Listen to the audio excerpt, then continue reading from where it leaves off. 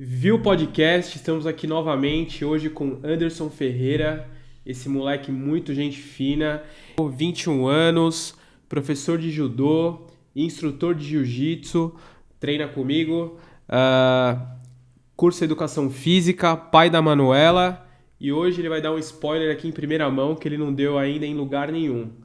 Moleque, obrigado. Valeu, obrigado. Vamos lá? Vamos lá. Tá tranquilo? De boa, né? É, Eu quero começar a sua história de quando você tinha 16 anos de idade. Quero que você fale pro pessoal onde você morava e qual foi esse fato bem marcante que aconteceu na sua vida quando você tinha 16 anos de idade. Bom, primeiramente obrigado pelas palavras, né? A apresentação é discutível. E obrigado pela oportunidade também e tudo mais. E então, aos 16 anos, eu morava com meu pai, né? A gente morava numa pensão. E aí surgiu a oportunidade da gente ir morar numa ocupação. A ocupação é um nome simbólico para não falar invasão, porque quando se fala de invasores, né, você está invadindo algo que é dos outros. E ocupação é a mesma coisa, né? Mas eles colocam ocupação para ser um nome mais bonito, né? E aí apareceu essa oportunidade, a gente estava morando nessa pensão e aí nós estávamos pagando, né? Nós não, né? Meu pai estava pagando R$ 900, R$ 840 em um quarto de pensão, do qual eu e meu pai dormíamos numa beliche, meu pai na parte de baixo e na parte de cima. E basicamente era um cômodo que tinha tudo, né? Geladeira, fogão, cômoda, televisão.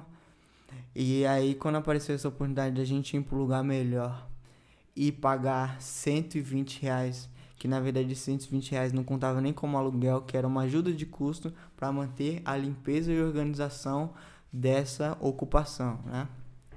E aí meu pai não pensou duas vezes, né? Falou que a gente ia e acabou que a gente fez a mudança. E nessa mudança eu me senti muito feliz, porque eu tava saindo de um lugar que eu já não tava mais feliz, que era morar numa pensão, que dividia banheiro coletivo e tudo, não tinha banheiro interno, né? De uso pessoal.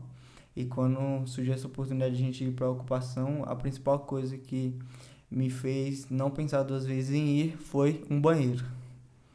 Porque um banheiro é tipo, de extrema importância para o ser humano, né? E eu gosto muito de banheiro, me sinto muito confortável em um banheiro e eu não tinha isso em questões de privacidade e tudo mais. E porque também você não sabe quem está usando, né? Se a pessoa tem doenças ou não, o que essa pessoa está fazendo. Normalmente eles deixam o vaso todo cheio de xixi e tal, e é super desconfortável para você ir usar essa parada, né? Aí chegamos, a gente se mudou para essa ocupação, né? E aí, nessa ocupação, já na mudança, meu pai já comprou uns móveis a mais, porque agora a gente tinha espaço, né? Eu pude finalmente ter minha própria cama, dormir separado dele. Isso foi bom pra mim, bom pra ele, né? E aí, nessa ocupação, quando eu tinha altas expectativas de que as coisas iam melhorar, na verdade as coisas só foram decaindo, né? Tipo, foram surgindo problemas um atrás do outro. E aí, dentro da ocupação, tem coisas boas e tem coisas ruins. E aí eu tava tendo todos esses conflitos, fui me envolver com os moleques que usava droga, bebia, e os moleques todo dia me chamavam pra sair, todo dia me chamavam pra sair. Só que eu já tinha um grupo de amigos, então eu escolhia o meu grupo de amigos, não esse grupo de amigos. Até que um dia eu fui. E aí nesse dia que eu fui, foi a primeira vez que eu experimentei fumar maconha. Porque os caras insistiram, mas independente deles terem insistido, eu aceitei. Eu tinha o livre-arbítrio de dizer não e não usar. Mas de tanto que eles insistiram, eu acabei fumando, né? Foi a primeira vez que eu fiz o uso de maconha na minha vida, foi com 16 anos. Quando eu fui morar na ocupação, tava brigando com meu pai, brigando com todo mundo na ocupação, discutindo mesmo, eu discutia todo dia com as pessoas. E aí fiz o uso da maconha. E aí depois disso, eu aos poucos fui deixando os meus amigos, que eram os amigos corretos, de escola, de lado, e fui começando a sair com esses caras que usavam droga, bebia e tal. E aí eu continuei durante um tempo com esses moleques. E aí eu continuei andando com eles, E é aquela história, né? Quando você anda com quem não presta, você também não presta. Você não tem outro meio. Quem é bíblico, né? Então. Quem se mistura com porco acaba comendo farelo, comendo né? farelo. Entendeu? E isso aconteceu comigo. Eu fui me envolvendo com os caras, e aí da primeira vez foi maconha, da segunda vez foi maconha, da terceira vez foi maconha. E aí eu já tava chegando em casa com os olhos muito vermelhos. E meu pai já começou a desconfiar. Mas ele não falava nada. Meu pai é nordestino, então meu pai é o tipo de cara que atualmente agora ele tem 44 anos, que na época dele ele não tinha o direito de falar. Ou ele fazia, ou ele apanhava pra fazer. Né? Completamente diferente da minha criação, que ele tava me dando liberdade. Né? Só que meu pai sempre foi um cara muito calado. Então ele sempre observava a situação e não falava nada. Ele deixava como se estivesse passando em branco, como se ele não estivesse vendo o que está acontecendo. E aí eu chegava em casa com muita fome, né? Porque maconha realmente dá fome. E aí eu chegava em casa detonando nas panelas de comida, porque era a hora que ele também estava jantando. Era a hora que ele estava chegando do trabalho, É era a a hora hora que que eu você estava voltava. voltando com os moleques. E meu pai, isso eu tava com 16 anos. E aí eu entrei para uma fase mais difícil ainda, que foi a automutilação. E porque eu sempre fui mais velho da turma, por conta de eu ter atrasado meus estudos no Pernambuco, né? Aí comecei a me automutilar, então eu tava me mutilando, fumando maconha, bebendo e brigando com todo mundo. Você se cortava na Me perna, no cortava no braço? braço, e me cortei muito no braço, tenho cicatrizes até hoje, tenho algumas cicatrizes também na barriga, né? E na região do abdômen eu tenho algumas cicatrizes e de vez em quando ainda sinto algumas dores, como se minha pele estivesse esticando, porque eu, diferente do pessoal, eu cortava muito fundo e ficava muito feio, sangrava muito, né? Não sabia fazer, e quanto mais fundo eu fazia, parece que eu me sentia bem com isso, porque eu não tinha com quem extravasar ou falar ou algo do tipo, não tava tendo com quem me guiar. Então o que eu tava fazendo, eu tava achando que tava certo, mas eu tava completamente errado. Deixa eu, sem te interromper, você acha que esse ponto que uma pessoa chega, um adolescente, de se automutilar, é um grito de socorro pro adulto, pro seu pai, para alguém ver e te socorrer? É um grito de socorro. Não justifica o meio, porque é um meio doloroso, né? É um meio que é um caminho que te deixa cicatrizes. Eu tenho cicatrizes até hoje nesse braço esquerdo aqui, né? Inclusive eu tenho uma tatuagem no braço, eu fiz uma tatuagem no braço direito, mas no esquerdo eu não fiz porque eu quero lembrar disso. Eu quero lembrar disso pra para que eu não volte a fazer isso. E para que também a pessoa que estiver fazendo isso, ela olhe pro meu braço e veja que eu fiz e que eu não tô fazendo mais isso. Eu parei. Eu tive um chegou chegou um determinado momento que eu achei alguém que pudesse me ouvir e eu não precisasse mais me automutilar, beber ou usar drogas. Drogas, porque álcool é um tipo de droga também. É lícita, mas é um tipo de droga, né? E eu só fiz esse tipo de uso, né? Só fiz o uso da maconha e por um determinado tempo e curto, que foi de uns 2 meses, mais ou menos. E da bebida também foi a mesma coisa. E você chegou a romper com seu pai, assim? Então. Teve um fato aí que foi bem marcante? Teve a questão de uma briga que a gente teve, não física, mas a gente teve uma briga em questão de bate-boca, a gente discutiu muito, falamos muitas coisas ruins um pro outro, e isso aconteceu pelo fato do que eu tava aprontando, né, de tudo que eu tava fazendo, né, e chegou a determinado ponto que ele já não tava mais passando pano, né, ele tava falando. E ele tava falando e eu tava falando pra ele que ele tava errado. Porque se ele me deu liberdade, por que ele vai continuar cortando? Se eu sou livre, eu posso fazer o que eu quiser. Né? Eu pensava isso. E eu falei isso pra ele. Eu falei isso pra ele em uma noite. Quando foi no outro dia que eu tava acordando, eu olhei pra trás, né? Eu virei assim na cama, tava meu pai cheirando cocaína dentro da minha casa. Nossa. E seu pai nunca foi metido com... Não, meu pai sempre foi usuário de drogas, no caso a cocaína, e meu pai tinha problema com o alcoolismo. Mas ele, antes disso, ele usava na sua frente alguma coisa? Não, ele nunca chegou a usar na minha frente. Tanto é que, quando aconteceu isso, eu tava acordando. Que merda é essa? Falei bem assim pra ele, né? E aí ele arregalou os olhos assim pra mim e falou, você tem que cuidar da sua vida, eu cuido da minha vida. Aí eu falei, sim, concordo com o senhor. Mas isso daí que o senhor tá usando não é certo, o que o senhor tá fazendo não é certo. O senhor tá fazendo isso dentro de casa. Como que o senhor faz isso com um filho dentro de casa? O senhor perdeu a noção de que o senhor é pai? E aí quando eu falei isso pra ele, ele começou a gritar comigo. E aí eu, assustado, abri a porta e saí de casa. Caramba. Saí de casa. E aí só voltei à noite. Quando eu voltei à noite, ele falou pra mim. Ele falou, ó, você tem duas opções. Ou você sai de casa e você se vira, ou eu vou comprar a passagem pra você voltar pro Pernambuco a morar com a sua mãe. Aí eu virei pra ele e falei, não precisa o senhor comprar a passagem não, eu vou pegar minhas coisas e vou sair. E aí foi o ponto que... E fui até a Sé. Na verdade eu pensei que era na Sé, mas era na República, até o Conselho Tutelar. Sentei lá de frente a uma mulher que eu lembro dela perfeitamente, o nome, a aparência física, a estética dela, que é a Lua, uma negra alta, com os cabelos enroladinhos. Sentei pra ela e falei, olha, eu não tenho onde morar, vocês podem me ajudar? Aí ela, como você não tem onde morar? Cadê os seus pais? E tal. Aí eu falei... Aí ela pegou, me acolheu, me deu um copo de água, perguntou se eu tava com fome. Eu falei que não, que eu já tinha comido.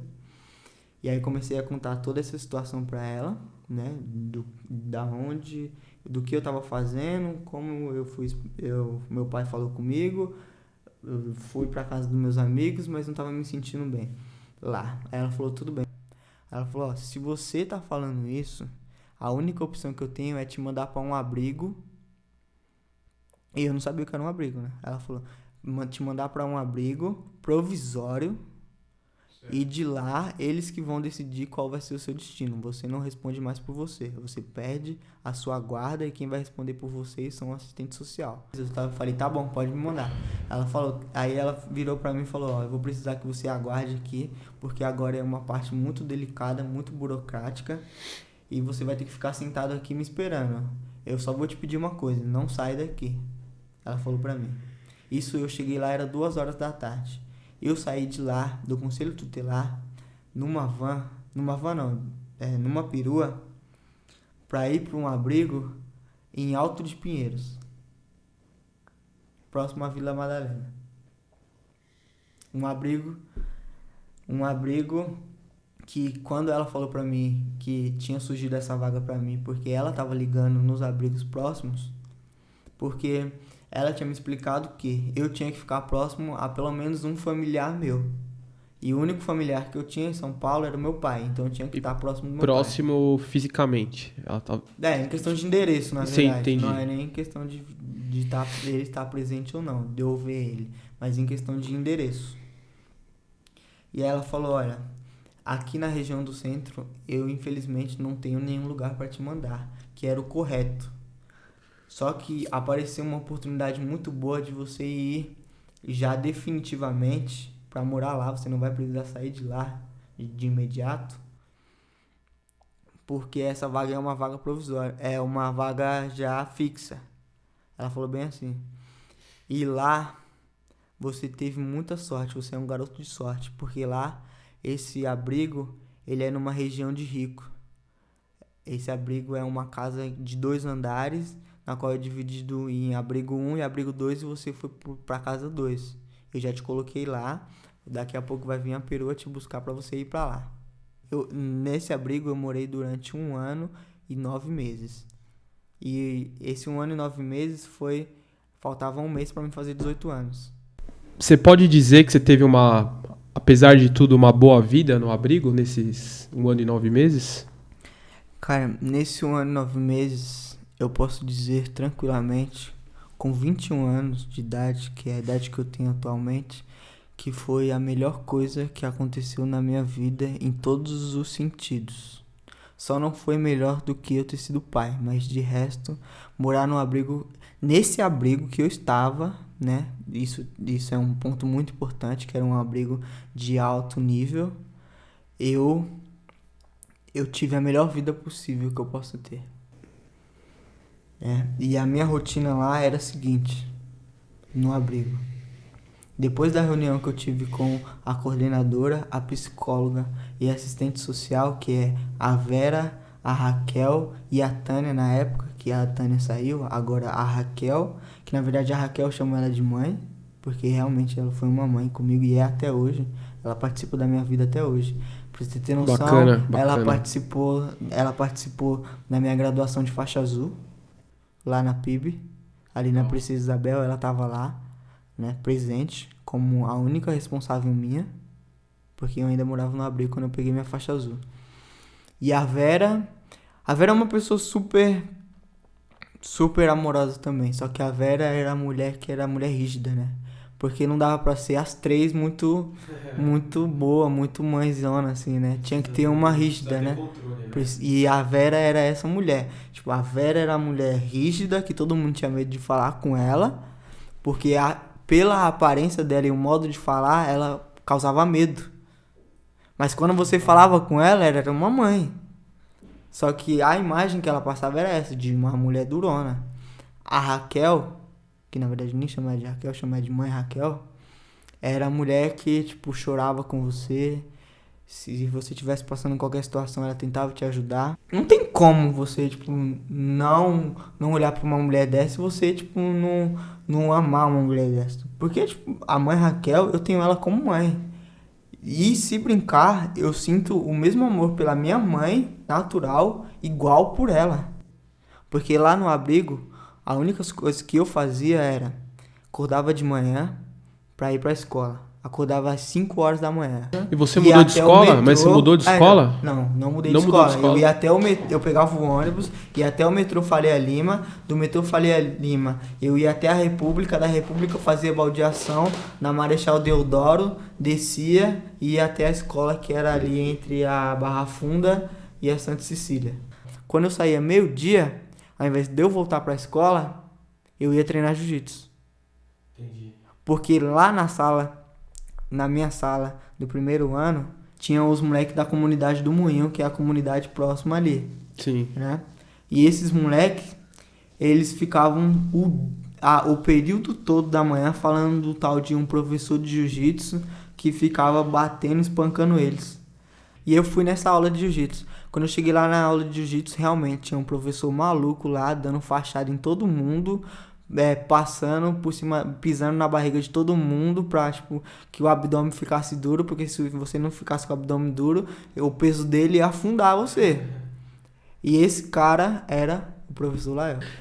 Só interrompendo, pra quem não sabe, o Lael é o Lael Rodrigues, foi o primeiro entrevistado aqui do canal. Ele é meu professor, eu treino com o Anderson aí, vai fazer uns 3 anos já. O moleque é muito bom. E é uma pessoa incrível. Lael, um abraço. A história dele fala por si só. Mas vamos lá. Para quem não conhece, quem é o Lael Rodrigues e o que ele mudou na sua vida? Bom, o Lael Rodrigues, né, que eu conheci, que na verdade dificilmente eu chamo ele de Lael Rodrigues, eu chamo ele de professor Lael. Eu tenho intimidade com ele, eu sou amigo dele, mas eu não consigo chamar ele de Lael diretamente. Às vezes eu chamo, mas é muito raro. Às vezes eu chamo quando alguém quer que eu chame ele, aí eu chamo Lael. Mas quando é pra mim, eu chamo professor. E eu conheci esse professor Lael, ele era gordo, faixa roxa já, mas ele era gordinho, parecia uma bola. Esse era o professor Lael. O cara mais louco que eu já vi na minha vida, mas ao mesmo tempo que ele era louco, batia em todo mundo, sempre foi um cara muito acolhedor. No dia que eu cheguei pra ele e perguntei se eu podia fazer a aula, ele virou pra mim e falou, olha, vai falar com aquela moça ali que ela vai te dar um kimono pra você participar da aula. Aí eu perguntei da faixa, né, porque eu vi ele com um cordão amarrado na cintura, eu falei, e isso daí? Pra mim não vai ter?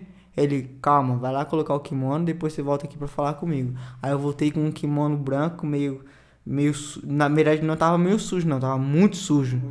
Aí eu tô lá, né, esperando, porque ele falou pra me ficar sentado, eu fiquei lá sentado. Aí eu inventei de deitar no tatame. Falei, caramba, mano, tô sentado, minha bunda tá ficando quadrada aqui, os moleques não chegam pra começar a aula logo. Vou deitar. Quando eu deitei, o professor Lael perguntou assim pra mim, você acha que ele tá na sua casa, né? Se arruma aí, velho. E o professor Lael me deu a graça de treinar ele. Faixa branca. Entendeu?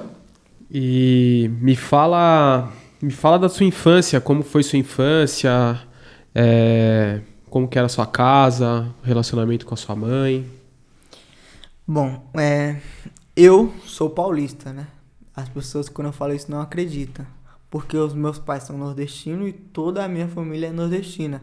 Só eu que, o diferente, nasceu em São Paulo. Mas eu nasci em São Paulo por quê? Porque o meu pai veio tentar uma vida melhor aqui e ele trouxe a minha mãe na época. E a minha mãe descobriu que estava grávida aqui em São Paulo. E quando ela descobriu que ela estava grávida, ela foi falar pro meu pai. Só que ela já tinha separado do meu pai, porque o meu pai, ele tava com esse problema de alcoolismo e tava usando droga. E além disso, ele tava traindo minha mãe. E aí quando ela chegou pra falar pro meu pai, sabe o que meu pai falou? Ela não tava grávida dele. Foi isso que minha mãe ouviu. Tipo, quando você acha que a história não pode piorar, piora, né? E aí, em meio a tudo isso que minha mãe tava passando, ela ainda falou, eu não vou abortar, eu vou ter esse filho. E aí aconteceu de uma amiga dela descobrir toda essa situação sem ela ter contado, porque essa amiga dela, que é a Beth, ela tem um bar até hoje na Rua das Palmeiras, que inclusive era do lado da ocupação onde eu morei. Sim. É o bar da Beth. Ela tem esse bar até hoje. E essa mulher descobriu a história da minha mãe através da chefe da minha mãe. Porque elas eram amigas, né? Elas trabalhavam na noite também, então ela descobriu que minha mãe estava grávida e tal. E ela falou, olha, Rosa, eu não tenho muito a oferecer para você. Eu sei que sua situação é muito delicada, eu não sei o que você vai fazer da vida. Mas eu só te peço uma coisa, não aborta esse filho que você vai ter. Eu sei que não tá fácil, mas não aborta. O que eu puder te ajudar, eu te ajudo, mas não aborta essa criança. E aí ela ficou em São Paulo, me teve em São Paulo, no Hospital da Santa Casa da Misericórdia, né, na Santa Cecília, um hospital super tradicional, inclusive onde minha irmã nasceu e onde quase minha filha nasceu, só que infelizmente não consegui realizar esse sonho, mas tudo bem.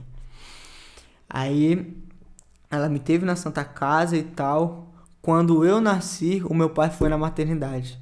Quando meu pai foi na maternidade, ele olhou pra mim e falou, Rosa, me desculpa, mas ele é meu filho. Ele olhou pra minha cara já quando eu tinha nascido e falou, Rosa, realmente ele é meu filho. Me desculpa por tudo que eu falei com você e tal, mas realmente ele é meu filho, ele é minha cara, não tem como negar. Aí minha mãe virou pra ele e falou, olha, eu não preciso de nada de você. Não quero nem que você assuma ele. Então, aí depois disso que aconteceu, ela deu um ponto final no meu pai, né? Falou que não queria mais ele. E aí depois de um ano, exatamente 1 ano e 8 meses, que é a diferença entre mim e o meu irmão Jonathan, foi quando minha mãe descobriu que estava grávida de um cara que ela estava tendo um relacionamento. E ela saiu com esse cara, e aí ela teve esse afeto, né? Esse afeto com o cara aí, teve esse lance com ele, e descobriu que estava grávida sem querer. E aí voltou a mesma situação, né? Tipo, puta, eu tô com um filho de 1 ano e 8 meses e descobri que tô grávida. O que eu vou fazer? Entendeu? Minha mãe. Cara, eu sei o que aconteceu, eu já treino há alguns anos, eu sei o que se passou, mas eu queria que você falasse pro pessoal aí do canal o que aconteceu com o seu irmão. Bom, o meu irmão Jonathan, né? Algumas partes já falei sobre ele já, mas essa parte é a parte em questão da fatalidade do que aconteceu, né? Das vezes de fatos, né? Que foi, meu irmão estava envolvido no crime lá no Pernambuco e ele se envolveu no crime por escolha dele, né? Isso jamais Eu vou dizer que foi por minha mãe ter incentivado, eu ter incentivado, qualquer outra pessoa da família ter incentivado. Ele tinha o livre-arbítrio de escolher e ele escolheu ir pro tráfico. Por quê? O tráfico vende a ideia de que se você vender droga para eles, você vai ter status. E o status é andar com tênis caro, roupa cara e ter um dinheiro que é temporário no bolso. Porque é aquilo, dinheiro fácil, vai fácil. Isso é sem dúvida, né? E aí venderam essa ideia pro meu irmão e meu irmão comprou a ideia por livre e espontânea vontade, né? Mas isso não tira a nossa irresponsabilidade como família, né? Irresponsabilidade minha, principalmente, irresponsabilidade e negligência da minha mãe também, que era a mulher que estava com ele, né? Isso jamais a gente pode mudar a história ou contar ela diferente, né? Isso é fato, e fato não se discute. Ele escolheu ir pro tráfico, fez a opção dele, e dentro dessa opção dele, em 2018, que foi um dia antes da véspera da minha graduação, eu estava trabalhando, né? Trabalhei de madrugada, eu trabalhava numa cooperativa como ajudante de cozinha, e era evento, estava no evento, né? Cheguei em casa por volta de umas 5 horas da manhã, fui dormir, e eu acordo com meu celular tocando, acordo assustado, eu dei um pulo da cama, eu me lembro como se fosse até hoje, e eu tenho o trauma de não usar mais o telefone no modo de som ativado. O meu telefone só funciona no vibratório. Aí meu tio Cícero, chamo ele de tio Cício, me acordou. Ele, cara, o que eu tenho pra falar é muito sério. Ele mataram seu irmão nessa madrugada, velho. E aí ele falou, cara, eu não posso te dar mais detalhes. Liga pra sua mãe. Aí eu desliguei o telefone, né? E aí eu liguei pra minha mãe. Minha mãe atendeu o telefone já chorando. E eu tremendo na cama, sentado, tremendo. Minha mãe atendeu o telefone chorando. E eu falei, mãe, o Jonathan tá vivo? Ela, filho, chorando, ela falou no telefone. O Jonathan tá morto. Eu tô aqui na UPA e realmente, pelo que descreveram, é o seu irmão. Eu ainda não pude ver ele, porque falaram que ele tá muito machucado. Ele tá com o braço e a mão quebrada e ainda bateram muito nele e deram muito tiro nele também. Por isso que eu ainda não vi ele, Anderson. Mas, filho, eu não tenho certeza, porque eu ainda não vi ele, eu preciso ver ele. Mas, pelo que descreveram, é ele sim, porque ele não voltou pra casa.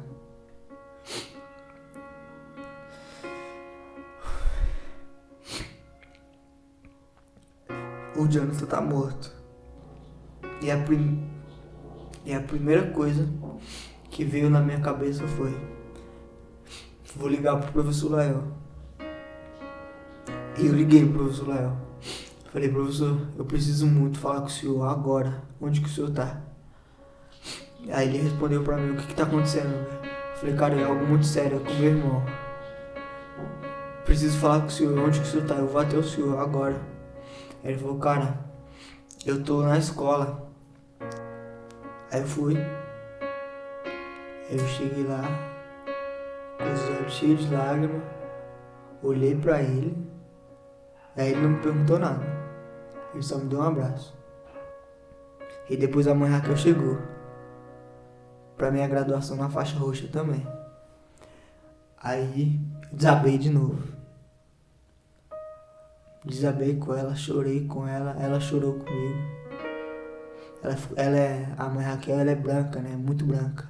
Parece que ela nem toma sol. E ela começou a ficar vermelha, o rosto dela e tal. Porque ela fica vermelha quando chora ou toma sol, né? Isso eu já sabia já, desde quando eu morei no abrigo. E aí, chegou algumas pessoas, né, perguntando se eu precisava de dinheiro. Falei que não. Falei, não, cara, não preciso não, pode ficar tranquilo. Obrigado aí pela força e tal. Mas eu não, sabe, não me sentia no direito de pegar o dinheiro de ninguém, mano. E pra dizer que eu não peguei o dinheiro de ninguém, eu peguei o dinheiro da mãe Raquel, que ela me deu 50 reais. Eu falei pra ela que só por ela estar lá, eu já era uma das minhas principais forças de incentivo pra mim suportar o peso que era ir viajar para Pernambuco, encontrar minha mãe viva e o meu irmão dentro do caixão, que foi o que aconteceu. Eu cheguei em Recife, aí cheguei lá, quando eu desci do carro em Surubim,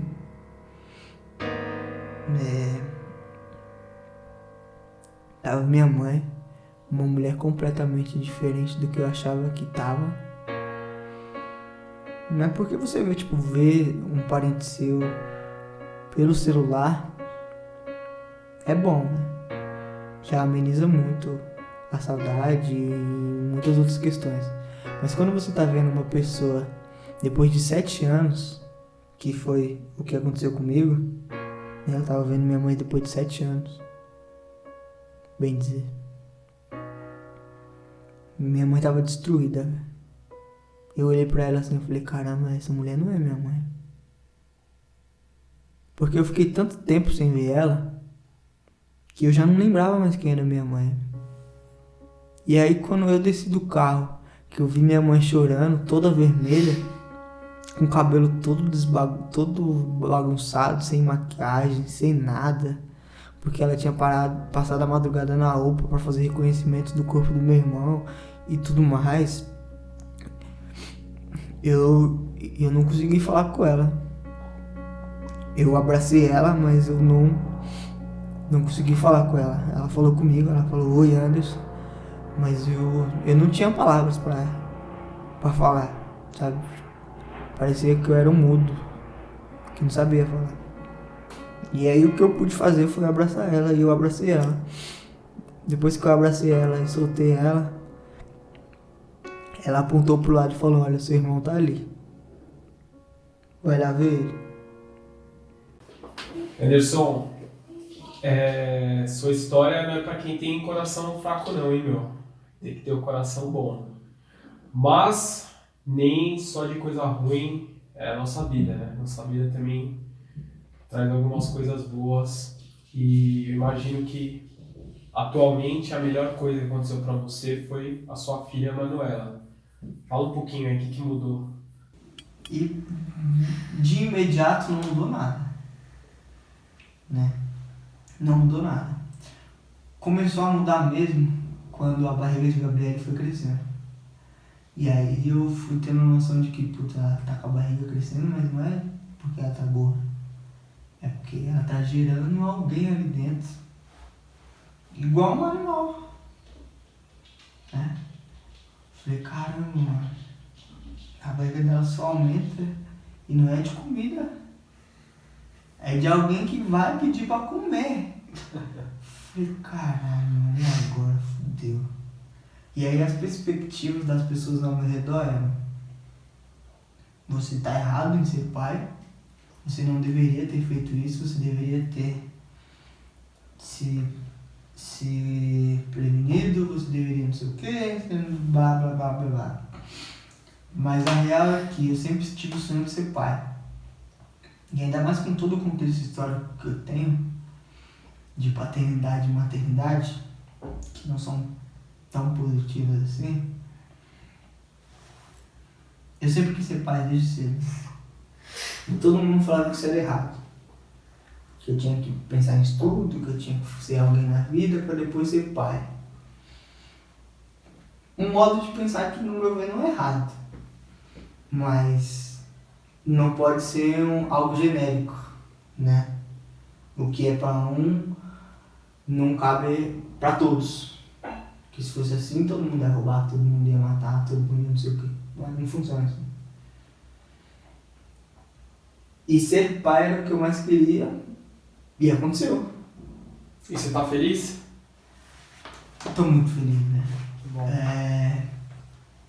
Eu faço muitas coisas, né, na minha vida, mas a parte mais importante e que eu abdico mão de qualquer coisa é o meu tempo com Manuela, famoso dragãozinho. Né? E, cara, tenho vivido dias muito especiais com a minha filha, principalmente agora, na pandemia, que a gente não vai mais esse ano, mesmo que volte às aulas, mandar ela mais pra creche esse ano. Esse ano ela vai ser educada em casa. Isso Gostoso, né? Esse contato. é a melhor coisa que tem possível. Se você que é pai e abandonou sua filha, seu filho, a oportunidade de você ir correr atrás está agora. Porque provavelmente você não deve estar trabalhando. E se estiver trabalhando, está trabalhando em casa. Então vai atrás do seu filho. Ou filha. Porque você não faz ideia do que você está perdendo. Se você acha que você está perdendo R$ 250 por mês, que é descontado do seu salário, que você é obrigado a pagar a pensão por você ter gerado um filho, você não sabe qual que é o valor de estar presente com ela. Porque minha filha fica da hora que eu acordo, a hora que eu durmo e a hora que ela tá dormindo, chamando papai. E não tem preço isso. E amor é uma coisa universal. Tão carnal quanto angelical. Não está no dogma. Repete aí como que é o trecho. O amor. O amor é latente, potente, preto, poesia. Pai, abrace o seu filho. Filho, abrace o seu pai. Fica a dica. Certo. Para quem não sabe, hoje você faz faculdade de educação física, certo? Bolsista como atleta, e fala para o pessoal quais são os seus planos aí mais próximos, para agora, para daqui 5 anos, o que você tem em mente, você quer continuar lutando, quer dar aula? Sim, eu estou estudando educação física, bacharelado, né? Em uma faculdade que tem uma parte que é uma parte para atleta, né? Bolsa atleta, mais especificamente. E eu consegui essa bolsa na faculdade através do jiu-jitsu, que é taxado como esporte para vagabundos. Então, o esporte que é taxado para como pessoas praticantes que são vagabundas, que vão para balada para brigar, ele me deu uma bolsa na faculdade. E eu só estou na faculdade por causa do jiu-jitsu. Você disse que tinha uma novidade para contar em primeira mão aí. O pessoal do View Podcast. Coisa boa, hein? Manda aí. Bom, a novidade é que, Gabriele, se você estiver ouvindo, não, provavelmente você vai estar ouvindo. E quando você chegar nessa parte, saiba que semana que vem eu estarei no cartório, aí próximo da nossa casa, para dar entrada na documentação do nosso casamento. Aí sim, hein? Notícia boa, vai se amarrar. Parabéns aos dois. Obrigado. Belo passo. Obrigado. E você e sua esposa têm que estar presente, né? Não pode... Pô, se for um convidado, estaremos, cara. Não, com certeza, não tem dúvida Estaremos, disso. com certeza. E as mais 2 novidades são que eu estou lançando, na verdade estou na fase final de lançamento de uma empresa virtual, né, que vai se chamar AF Acessórios, que basicamente eu vou vender pulseiras inteligentes, à prova d'água e com funções de batimento cardíaco por minuto e tudo mais uma série de coisas, e relógios smartwatch. Então, assim, pra gente finalizar, esse cara aqui teve uma história de vida, assim, única, muito difícil, com vários percalços. Ele tem apenas 21 anos, mas é um cara que hoje tem a filha dele, está prestes a casar, fazendo faculdade, logo mais empresário.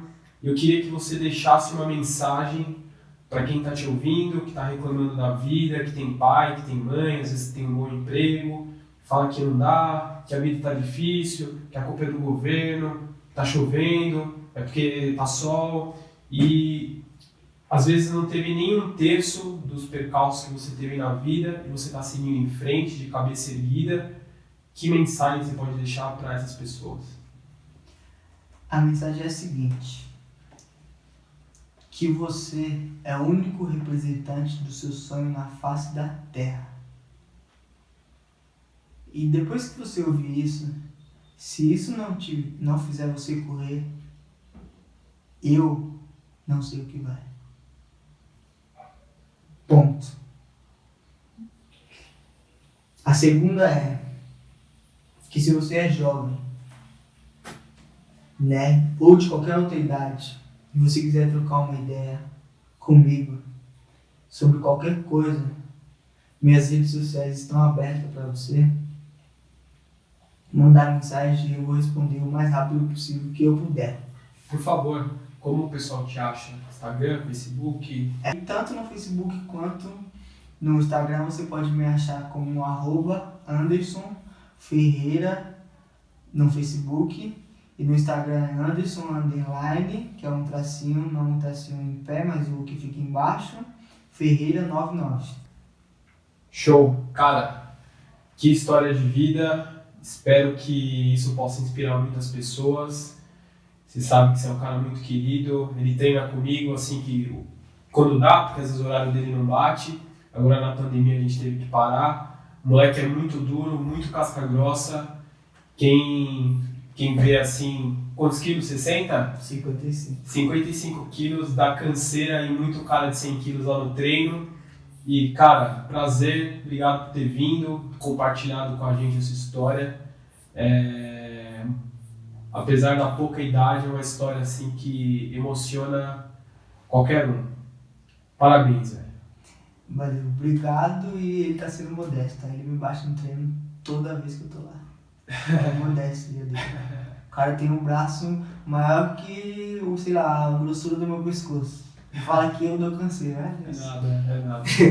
Cara, muito obrigado. Obrigado, mano. Obrigado mesmo. Viu o podcast.